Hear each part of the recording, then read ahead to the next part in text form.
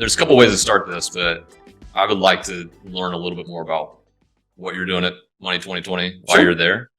But I've never heard why you got into fintech in the first place. So let's start there. Oh, I never told you that story. Yeah. So it actually it goes back to Kansas City. It goes back to kind of where we're sitting.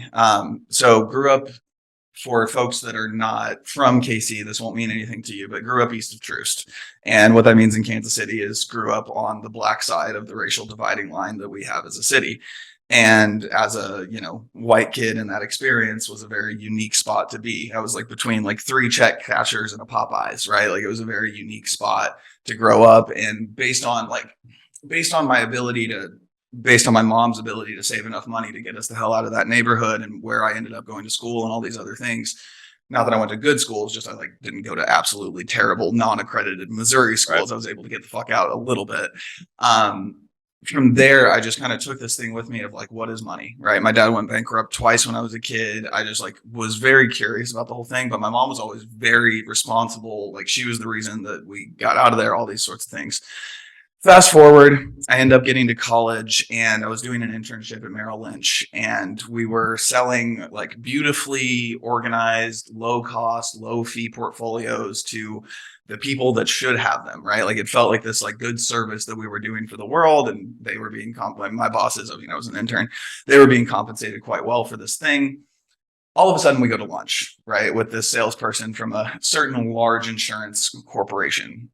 This person is selling us annuities, which exist for a reason and are great for certain people that are candidly closer to the end of life than, the beginning of it, right? So like you or I having an annuity, probably we just got raked over the coals and we're paying a 3% fee on something that we shouldn't have at all, right?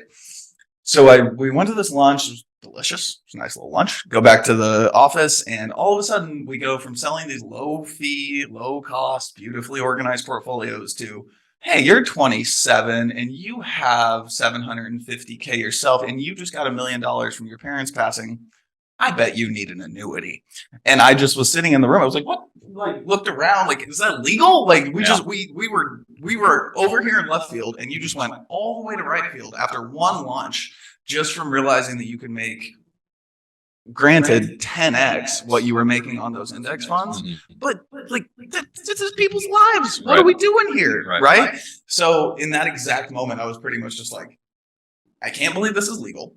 I can't believe this is something that like people are just accepting, almost applauding to some degree. And I don't know what the hell I can do about this based on where I come from and who I am and, all of that. But like, I need to leave this industry like better than I found it when I die. Because it seems like everything comes back to money, right? Like I was still in college. I didn't actually understand what the hell was going on around me. I was just seeing that this money thing seemed to matter. So that was the like emotional appeal of it. And then I got into I was studying entrepreneurship in school and that meant jack shit. So I started joining startups. And one of the startups I joined was a robo advisor called Bloom that recently got bought by Morgan Stanley, which is a longer story. But yeah, that was the kind of the beginning of it. Basically, I just got so pissed off that I decided I wanted to spend the rest of life in the industry sort of thing.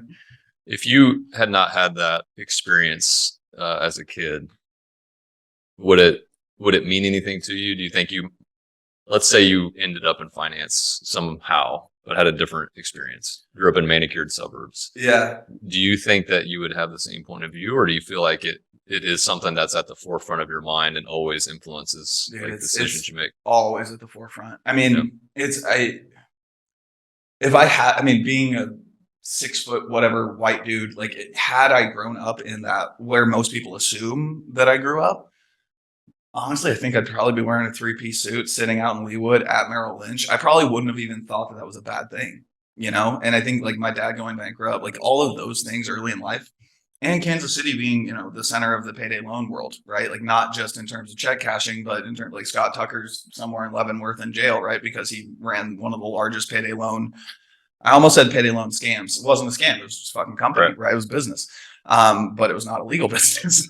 So all of that and caring about it and paying attention to it. And also I think growing up without money led me to being so curious about money, right? I think if you grow up with a little bit of it, maybe you want more of it, but you're not trying to figure out the root cause of the lack thereof or anything like that. So yeah, I mean, I think growing up where I grew up is actually the reason that I give a shit. Otherwise, I think I'd probably weirdly, I spend my whole life in money. I like money. I would like to make more of it, yada, yada, yada. But like, I don't obsess about, the market going up or down, or I don't even pay that much attention to money. It just kind of is a thing that's part of my life. It's more so like the infrastructure of it, the ecosystem of it that absolutely fascinates me, and the policy and all that. Yeah. Well, you and I have that in common, actually. Both of our dads have experienced bankruptcy. You never told me that. Yeah. How old were you a kid too? I was too young to remember when it happened. I was almost too young. I think I was like 8 the first time. Before I was born, actually, my mom was diagnosed with cancer, and it happened to be about the same time. My dad's dream was to be a farmer. He wanted to be a farmer. He wanted to have his own land and do his own thing. He wanted to be as independent as possible, and that was his dream.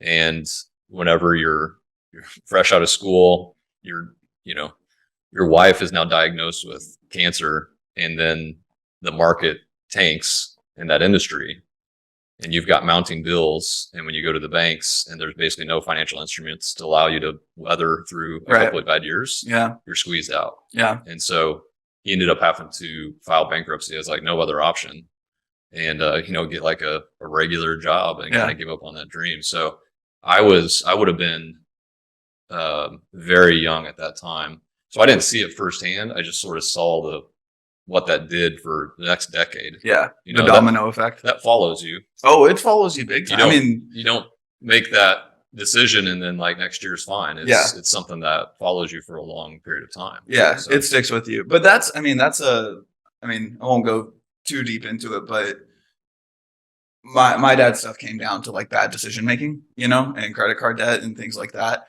Yours actually sounds somewhat inspirational. Like that actually sounds, that's rough as shit.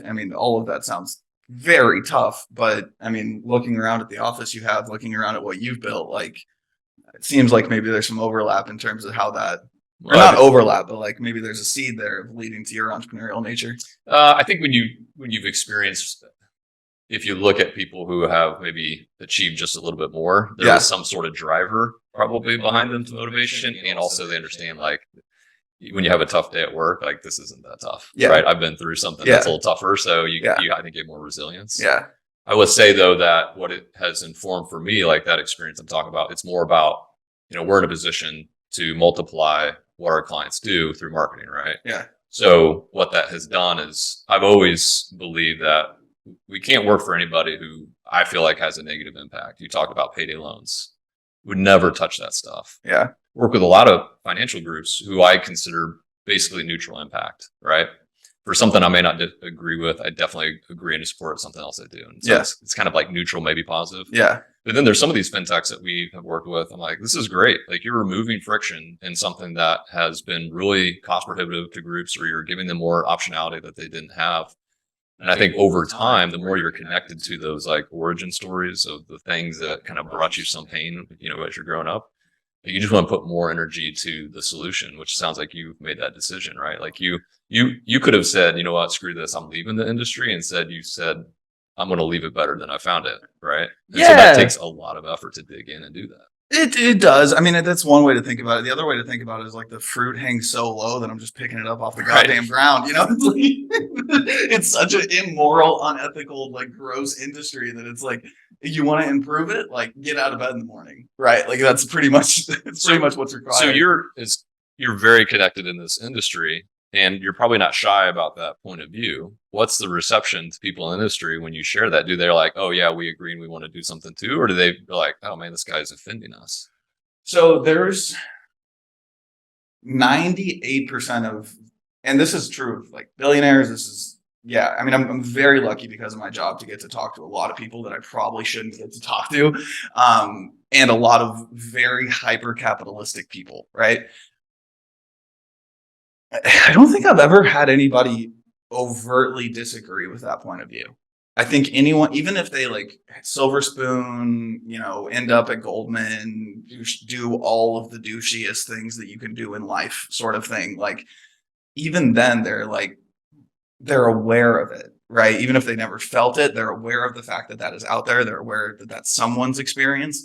And especially like to the, the douchebag sitting on a trading floor, like probably they're thinking about taking advantage of that person in some way, shape, or form. So, and when they grow up and realize that, like, oh, I was maybe a bad actor back in the day when I was doing, this specific kind of trading at this specific spot, and then they end up at a fintech later, or they end up, just growing up, maturing, and seeing the rest of the world. They're like, oh yeah, okay, yeah, you're right.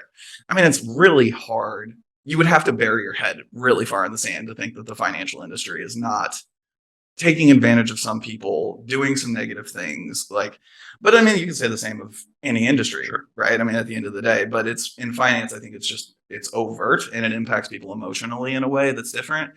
I think the one or two times that I've had people be just confused or not see that point of view have been executives from the top 3 largest banks in the US.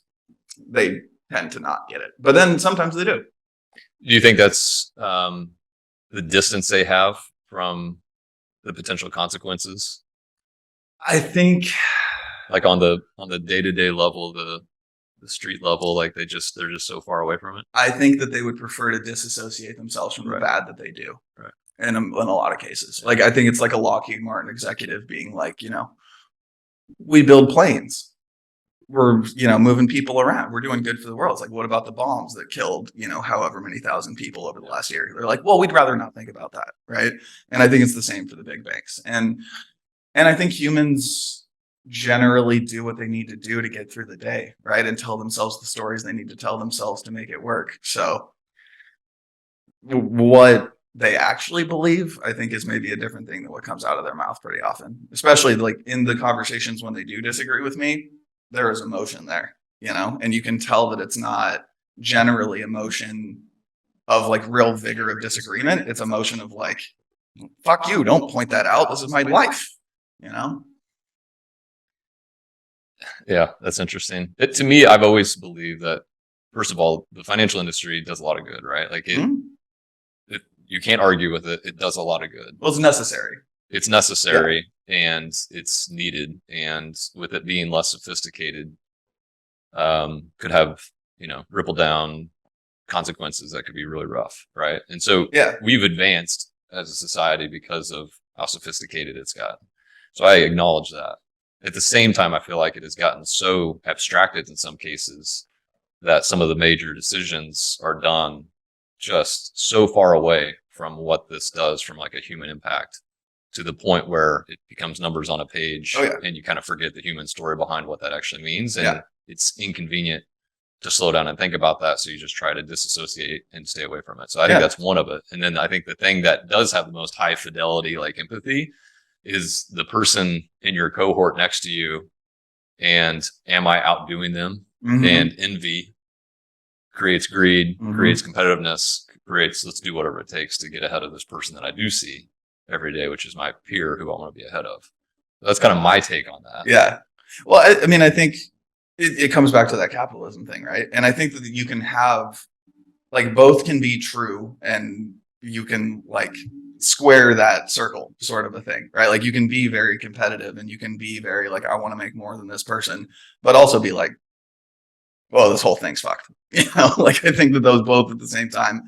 And I think that there's also a certain amount of like, I'm going to die leaving most of this industry the way that it is for the most part, or like it's going to change on its own. Like it's not like I have some, thing where I'm actually able to impact like that. Why I do what I do now is to like, I refer to myself as the neck that, or not myself, but my team as the neck that turns the head of the industry. Right. And it's from a Big Fat Greek Wedding quote, but it's literally just like, I'm not Jamie Dimon. I'm not the one that can make those decisions. But if I can like point people in a direction that is like slightly better than that direction, then probably the world is a slightly better place. And it's so necessary because to me, what fintech has introduced and the digitization of all these traditional means is that it has disrupted things and it has removed frictions, but it can go both ways. I mean, you can take advantage of people in far more sophisticated, scalable ways, but you can also do good and in more ways. And so you probably see both sides of that. The ones who are like, oh, wow, they've got a much better way to kind of take, people's money who shouldn't be given it. But you also see the people who may have a background story that has inspired them to do something about it, and see technology as a way to do that. And so you're saying you're in this role now where you can say, not them, these guys, like this is the ones that point the camera at. Yeah, or like, I think a good example is like the crypto world, right? It's very easy to look at the crypto world and just find shysters and find fraudsters, and like money laundering's rampant, tornado cash. Like, I mean, the idea that you put your cash into something called tornado cash in the first place, like it's kind of on you, but like it's all insane, right? And there's like, for the most part, no use cases there when you talk about crypto. But then if you talk about blockchain and some of the remittances and like the ability to send money from the US down to Guadalajara or whatever it is, right? Like there's some really good shit that comes out of that.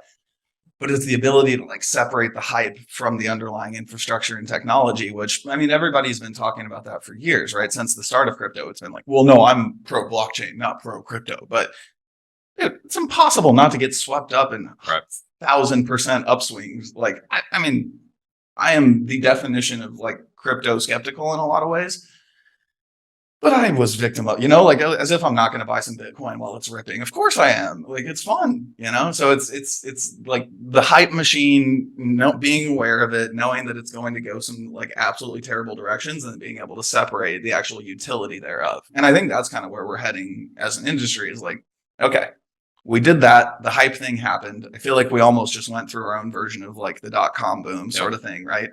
And like Webvan has happened, but who's going to be DoorDash, right? Like that's the next question. So I think it's a really exciting time, and we're actually shifting into utility focus instead of just pure fucking hype sort of thing.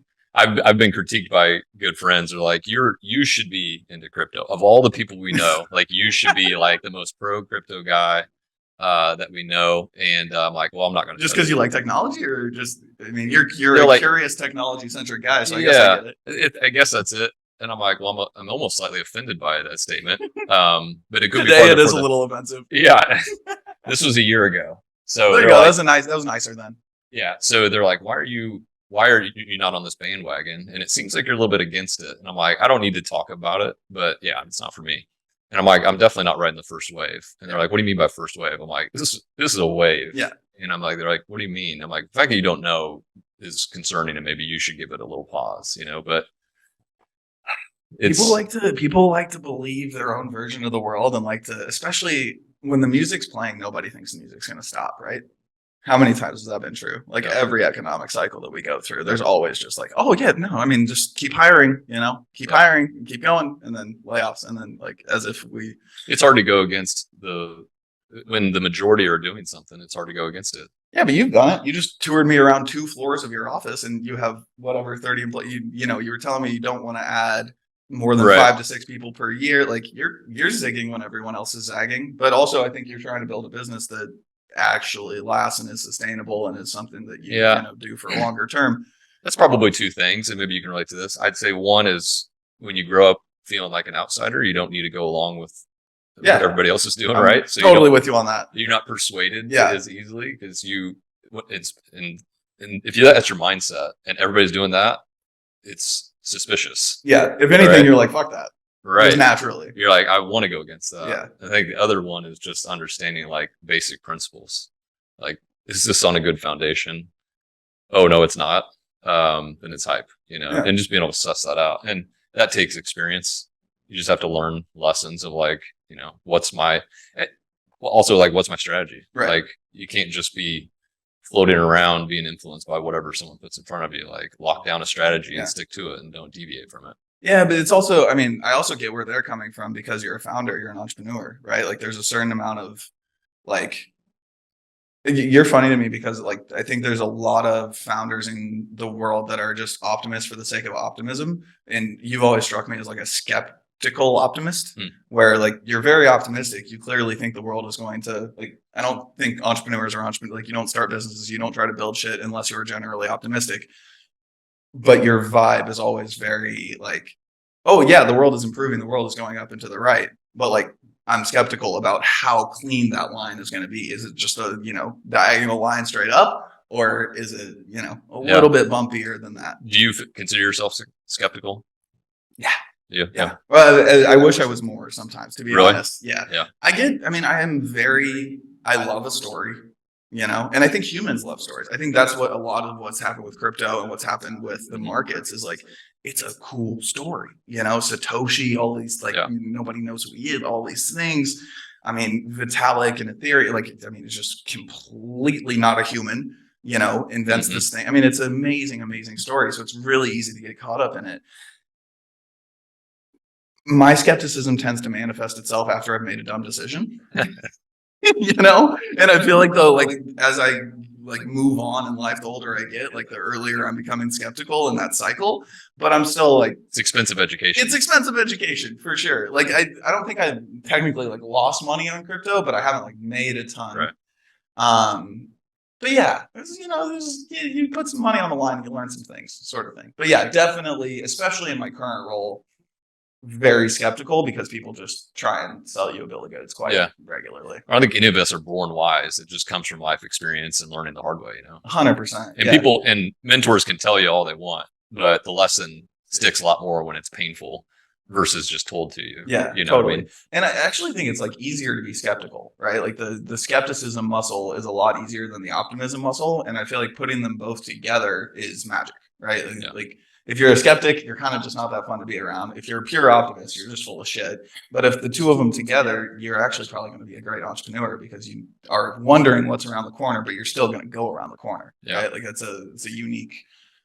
It's funny you called this term out. I would never describe myself as skeptical, but when we hire, there's a position here that we hire for, and our SVP of performance, I'll ask him, "Hey, how was that candidate?" He's like, "They're not skeptical enough."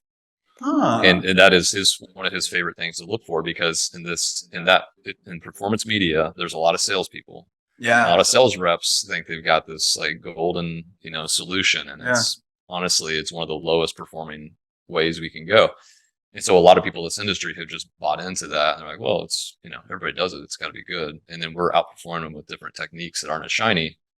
And so that's why we're looking for people who are skeptical because there's just so many salespeople in that world. And if we hire somebody who's just going to follow them, we're always going to have lackluster results. That's really interesting. So that has emerged as this trait that we're always looking for. And my gosh, it's hard to find them. Yeah, it's hard to find them because it's different from curiosity too, right? Like it's inherently a different muscle. Because we've always said we like curiosity, but we've changed that in that position to skepticism. It's just that position because there's a lot of sales reps in that world, and so that it is curiosity, but it's also like I'm not buying your bullshit that you're selling me because like you haven't even mentioned numbers yet, right? You know what I mean? Show me. Yeah. Yeah. And when we do the test, when we do the Pepsi challenge and put things against each other, it doesn't do very well. Yeah. But it's real slick presentation. Yeah. Yeah. I mean, it's an interesting dynamic because I think a lot of people think of curiosity and skepticism as synonyms for the most part, but I feel like they're different muscles. They're related. Yeah. They're in the same family, but skepticism, I think, I don't know. It's interesting. I don't think I've ever said the word skepticism so many times in like 2 minutes, but it is a unique. I think it's something that I actually have gained as a result of spending so much time with VCs. To be honest, I think to be a decent VC, you have to be also optimistically skeptical and curious, but very skeptical because you're going to see 25 of the same thing. And is it Travis Kalanick or is it some fuck trying to start a taxi company? You never know. So that's an interesting dynamic. But yeah, no, I agree with your SVP of. How do you see VCs being skeptics in a positive way? I mean, and do you think it's just part of their vetting process, just a natural step as part of that? I think part of it is that when you're seeing 100 to however many zeros you want to put on that number deals a year, there's a natural filter that you have to put on every single conversation you have, which is a filter out. Right. It's like if you're talking to 1,000 people, what is the fastest way to qualify them out of potentially investing? And I think that manifests itself with a natural sense of skepticism. Right. So it's like, I think most VCs have like 2 to 3 questions that they can ask founders. And within those 2 to 3 questions, not know if they're going to invest or not, but know if they want to dive deeper or if they're just done. right? And I think that's what it comes down to is like you have to do this like a survival time saving mechanism almost that they have to develop to be able to just like function and maybe have a family.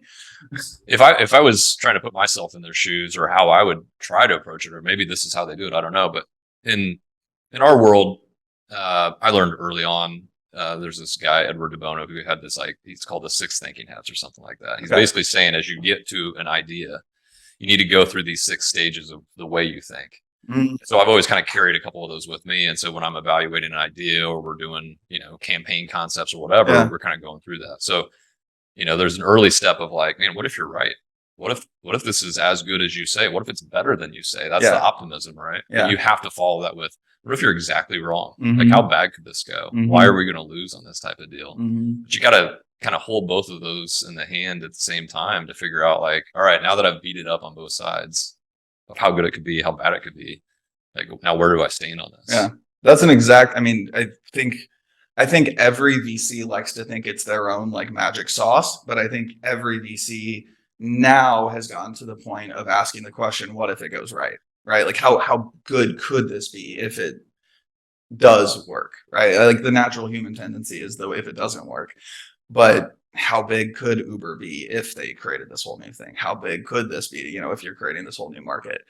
And I don't know. It's something that I hear VCs talk about a lot, but I think in the current market and whatnot, I think they still get scared of shit and don't actually execute or act that way, but they like to talk about it. You've been around VCs for a while. I imagine that you've seen their approach change, or something change in the past 5 years. What have you seen evolve in the way that they operate, or the way people are approaching them, that type of thing? Yeah, I mean, I think it's a good question. I almost wonder. I wonder if VCs have acted differently, or have started acting differently, or if I've just grown up. So much of this like change in market, change in perspective. Like I always come back to that. I always wonder if it's actually like, did that person in Silicon Valley that was investing 10 years ago actually change, or did my understanding of them and my probably both. In terms of what's actually changed, man, I mean, I don't know, not much. I mean, I think that the like VCs are a very classical animal that just reacts to the market around them, right? Like if money's easy to raise, then they're a specific kind of person. If money's hard to raise, they're a specific kind of person. If markets are tough, they're a different kind of person. If markets are great, they're, easier kind of person. But in terms of the way that they are or they act, I mean, I think probably the biggest things that have changed in that world are policy and regulatory things, right? So like the Jobs Act, the ability to have more than however many investors on your cap table, like just that whole world has changed. So the ability, I think that certain ones of them have the ability to act differently based on who their LP base is, right? So if you're Sequoia and your LP base is all these like the Kauffman Foundation's, actual foundation, or if it's, a whole bunch of us, right? You and me on Angel List and putting up 10K or something like that. Like that is a very, very different conversation. Jason Calacanis, I think like last week or something, ran a webinar because there's this new regulation that basically says that you can solicit funds online, for lack of a better term. There's stipulations to it, but he ran this webinar and apparently through like a type form got like $52 million in committed hypothetical capital, right? In like 20 minutes or something like that. So things like that, I think, make it so that as long as you're performing, like you don't have to kiss the ring anymore. And you can, as a result of that, function a little differently, right? If you don't have to go back to the Kauffman Foundation or go back to, MIT Foundation and say like, this is why we did this, this is why we did this, this is why we did this. But if you're just functioning on, 50,000 people that each gave you however much, like that changes that math and changes the dynamic of who you're actually answering to in a really interesting way. So I don't know if the people have changed, but like the set of incentives around them has changed, which I think is changing the outcome. Yeah. Do you feel like investing in general is in vogue now among like 20-year-olds? Do you see that? Like an app invest, like just any kind of whatever, just investing in general, whether it's smart or but just like retail investing among 20-year-olds. Yeah, I think it's in vogue. I mean, yeah, amongst the 20 to 30 set. Yeah, I think it's in vogue. I mean, I think it was in voguer last year, before Completely. GameStop. 100%. Yeah. Or during GameStop, I guess. And there's research that backs that up. That's not a hunch. I've read that. I think the economist has talked about that. But I'm not sure I've got to the root cause of like why that is. And I know it's just the pendulum swings, but I'm curious if you had any theories of why the pendulum has swung like that. Dude, my theory is that the PS5 gets boring after you're like 20, right? Or I mean, maybe it doesn't for some people, but like you grow, like most people that are playing in that world, I think one, have disposable income. Therefore, for the most part, probably grew up with some disposable income, probably played some video games, probably did some of the things in youth that would lead you to being interested in gambling, basically, for lack of a better term. And I would say that's what they're doing. I wouldn't call it investing. I would call it day trading at best. At best. Yeah. And in a lot of cases, it's, just day losing. I mean, it's just like the best. I mean, speaking of studies, like the best thing you can do to erode your wealth, right, is to trade on a regular basis and to not just buy and hold long term. And for some reason, that concept has just escaped this specific age group. And I think they'll get it eventually because they'll just get smacked in the face with reality, and a couple of them will probably have to, go bankrupt. But even what you saw with like the Robin, I mean, just the fact that people are committing suicide on because of Robinhood not showing correct balances and people not understanding when dollars are going to hit an account if you're trading futures versus if you're trading like. The fuck are we doing, and how are they allowed to do that? It is insane that we are letting 20 to 30-year-olds. It's insane that we're letting humans, no matter their age, if they are not in some way certified, going to do that. Yeah. In my opinion. Yeah. Yeah, I agree with all that. I think in some ways it is, we have 20-year-olds with disposable income, but they can't afford a house, so they got to put it somewhere. And I could potentially not, or they don't see the value in a house, right? Like that was never explained to them. Like they're gonna rent forever, they're gonna own nothing and be happy, right? And they just don't even know the opposite of that. And there's a potential I could hit it big, and I don't have to do physical labor to do it. So how can I take it? I think everybody's looking for a shortcut, and unfortunately, you get all these like influencers who are like, hey, and they have just enough truth behind their advice that it sounds believable. Yeah, that they're like, oh, this person knows, like, listen, all this stuff makes sense. This stuff doesn't, but I can't tell the difference anymore. You know what I mean? And it's served up in TikTok short bites, and it feels like an easy way. That is one of the grossest parts of this world to me is the like, I don't have as much, like, whatever. If you're like a budgeting thought leader, and you're just like getting people onto doing their envelope budgeting, like go have fun, whatever, do your thing. That's fine. But recently, I think those people have fallen victim and fallen into the trap of like, oh, well, what if you got a Robinhood code? What if this? What if that? Right? It's a really slippery slope into the gambling world. So from my opinion, like there are very few things more disgusting than that TikTok influencer telling you that they have some sort of magical sauce that will get you to actually make money when you trade, on a regular basis. I don't think it's a coincidence that they say that 20-year-olds are more interested in investing at the same time that FanDuel and DraftKings and all of that have just exploded. It's the same. It's the same chemical drip in your brain that's firing off. Totally. I would put Robinhood right in with DraftKings, and like it's really no different. I mean, to the point where I bet if Robinhood said, we're going to have a daily coin flip and you can bet on heads or tails, like I think 70% of their users would be like, I'm in. Yeah, I'm in, and it's like, hold on, this is a fucking investing app. Why are you betting on a coin flip? I agree. It's funny. I read that headline, and then I'm over at the coffee shop next door, and a guy half my age is sitting there reading The Intelligent Investor, which it's like, that's shocking. I know. I had actually just read that about a year before. Okay. And so I don't know the guy, but I go over to him. I go, hey, it's a great book. And he just kind of looks up and nods. And then I walk out. I'm like, well, that's encouraging. Right? Yeah. Like that we got 20-year-olds reading this 600-page Intelligent Investor book, which basically says you should probably just be a passive investor and not be active. That's basically, that's the cliff notes. It took you 600 pages for him to say, just put it index and let it ride. Yeah. But I thought that's encouraging. And then as I walked further into, in the office, I'm like, I bet he doesn't follow it. I bet he, it was recommended. He read it. And he's like, oh, this isn't the shortcut I was after. I'll do something else. I don't know. I don't know. Maybe, but also that person, I bet, is different long term. The fact that he picked up a book exactly is so encouraging. It's so encouraging. Exactly. So that's the thing. It's like, yeah, maybe, he's reading Intelligent Investor sitting there at Messenger and, at the same time checking if his, Dogecoin is going up or down.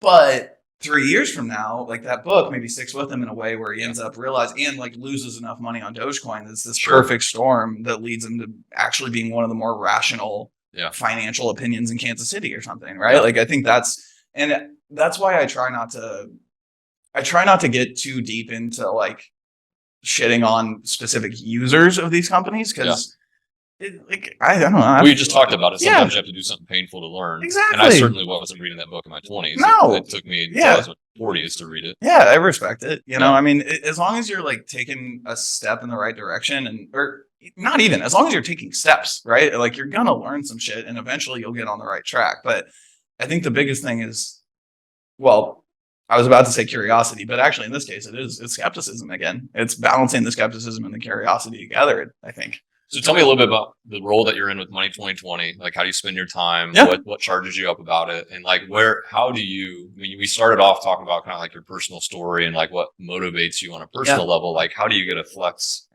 that through this role? Yeah. It's weird. So fast forward from the previous story, I've been in fintech for like 9-10 years and never thought I wanted to get into events. But one event every year for the past 4 years I've gone to has been just game changing for me. It's been Money 2020. 4 days in Vegas, just the most you can learn, the most people you can meet, the most business you can do. Just it's a fintech finance nerd's dream, right? And when I was getting recruited for it, I was still like, I don't think I want to work in events. So I just like kind of did the Heisman as long as I could. Like I was working for a banking as a service startup in San Francisco that I think will die very soon, but was an interesting learning experience. But I was starting to see the writing on the wall. So came over, and basically the job is that thing that in Vegas that happens. There's a lot of speakers that go to it. It is my job and my team's job to get the speakers up on stage. And then I, tell a story around me and my team tell a story around what's happening in finance this year. That's how we pick the speakers, yada, yada, yada, yada. And then from there, I'm also doing a decent amount of speaking as well. And run a podcast on the side, obsessed with fintech. So it really is a nerd's dream. I mean, my job is pretty much to satiate enough internal shit that I continue to run the event in the right way and that we continue to like build creative new stages and things like that. But for the rest of the time, I pretty much get to just like swim around in financial nerdiness and talk to people about it. So it's accidentally a dream job. Yeah. And in terms of like satiating that thing, it really comes down to what I was saying before about the neck turning the head, right? So it's a big fat Greek wedding quote from the matriarch of the family that she's like, the Greek mother is not the head of the family, she's the neck that turns the head, right? And that always resonated with me based on where I came from. I mean, just I one day want to start a company. I think that probably my next step after Money 2020 will be that, I think. Don't know, I think.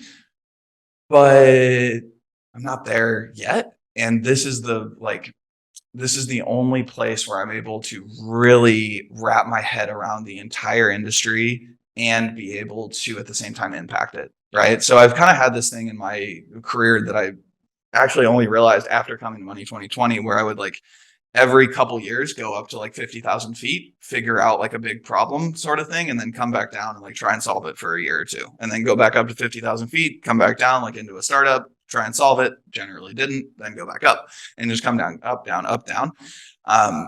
And this is one of those up periods where I still feel like I'm down because I'm actually getting to help founders. I'm actually getting to put people like, it's a very unique position to be able to queen make, king make, and like pick, there's Jamie Dimon is always going to be Jamie Dimon. Vitalik that I mentioned earlier is going to be Vitalik. Yada, yada, yada. But I'm in a position where if I decide that this startup has the potential to do something wild, I can put them in a place where suddenly 20,000 of the most important people in finance see them in a completely different way, and they'd probably never heard of them before, right? So I don't flex that muscle often because it's a big fucking risk, but it's a really cool thing to be able to do sometimes, and it is a position where I get to change people's lives without having to deploy any capital or without having to, Yeah. do much other than like kind of just do my job. And that is very gratifying. Yeah. Yeah. And I just know where all the bodies are buried now too, which is Right, pretty yeah. fucking fun. Yes. Dude, the amount of shit I shouldn't know that I know is also fun. Yeah.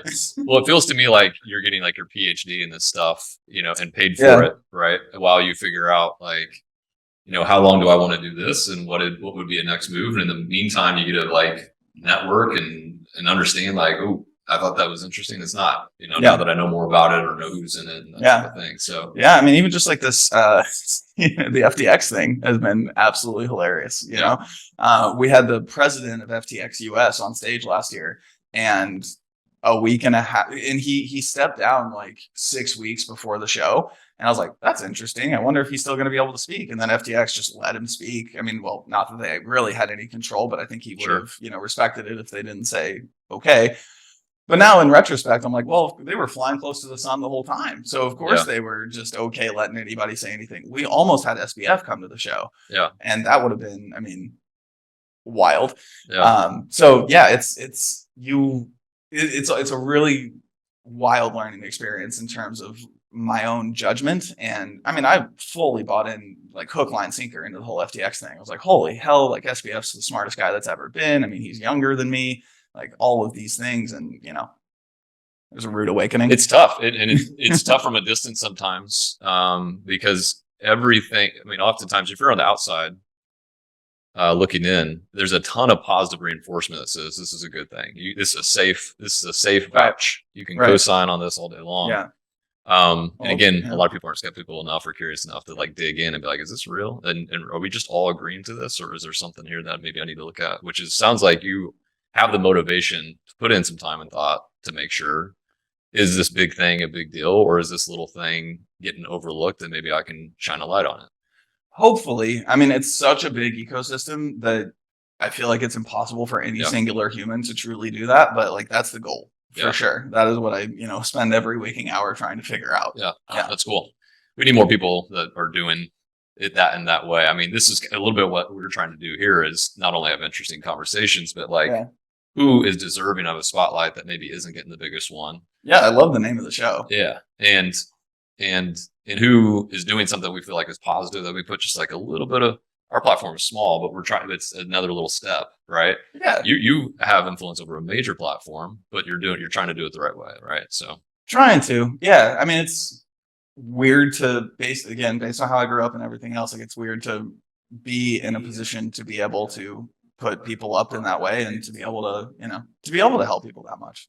That's so exciting. We've overdosed on the word skepticism. What are some of the things that you're optimistic about? Like, if you look at what's happening right now, or maybe like in the next 5 years, you're like, man, I hope this gets to this point, or this group succeeds, or that idea succeeds. What makes you optimistic? Yeah. So I think regulating the blockchain and cryptocurrency as it should be regulated, as a financial instrument and as a value transfer instrument, like that is such a nerdy thing to be optimistic about, but I really hope that we do that right. Yeah. And I think that we have simultaneously as an industry shot the bed so hard and created enough excitement and real use cases that I think that the government can't just shut everything down. Yeah. They can't just say like, no, this is bad. We're going to like give you payday loan level, regulations. Like, I think that they're going to have to see the forest through the trees and actually do something good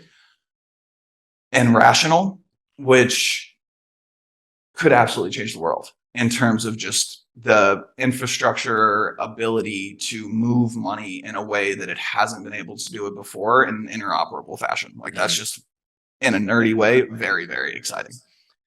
Beyond that, I mean, I think that I think we're reaching a point in fintech specifically where the especially the first and the second wave of fintech companies have grown up into financial services companies. And that I think is fucking awesome. Like the fact that Adyen and Stripe are, two of the largest payment processors in the world now, right? Like that's so and it's in their bones. It's in the yeah, exactly. And like they're still doing the other cool stuff. They're still doing all of the stuff that is, what got them there. Like, that's so fucking cool. It's really exciting.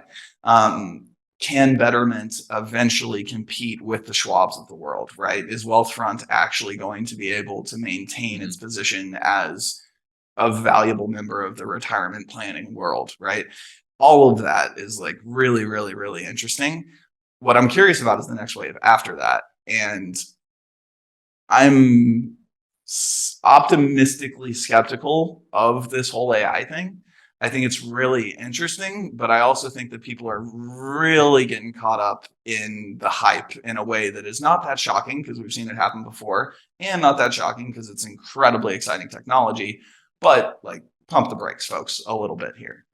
Like how much it seems like everybody has already crowned OpenAI as the thing, right? It's like they are the one. ChatGPT is the only thing. Like that's a non-nuanced perspective, granted, but it's the perspective of 95% of society because 95% of the society doesn't actually understand what we're talking about. It's the first one that a lot of people got scared and excited about. Yeah, exactly. Because the others we don't have access to. Right. To scare us and excite us. Exactly. Yep. But the upside is kind of capped there, right? Like the fact that Microsoft invested where they did, there's a lot there that we're all just assuming that's going to be very successful.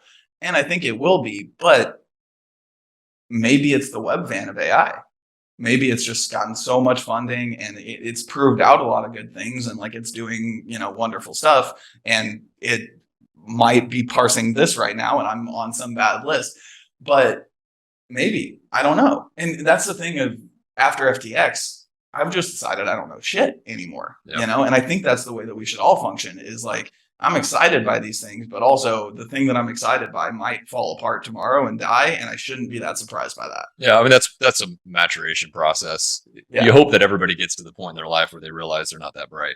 Right? Yeah, even that's the craziest thing is you meet the smartest people in the world, and they're most of the time asking other people questions. Yeah, it takes time to get there. You have to be convinced you're smart for a long time before you learn enough to realize like, oh, actually, there's a big world and I don't know much about it. Yeah. Well, and that's the fun of it. Like the way that you actually get to be the person that knows the stuff is admitting you don't know the stuff and asking the people that do know the stuff, right? Like that's the fun of it. Yeah. But it helps to have conversations like this because it helps you open your eyes and see a different point of view, and the blind spot gets removed with every conversation, and you do that professionally. So and I'm doing it as a volunteer service basically, right? Because I want to be in it too. So hey, let's wrap it up by talking a little bit about where people can learn more about Money 2020 and the work that you guys are doing, because I know you put a lot of effort into it. So I'd love to make sure that more people get eyeballs on it. I love it. Plugs. So money2020.com is the best place to find Money 2020 info. You can follow us on Twitter or whatever. It's pretty easy to track us down. We're generally trying to sell you tickets. So if you get there, you'll probably get retargeted. Yep. Beyond that, I run a podcast on the side called For Fintech's Sake.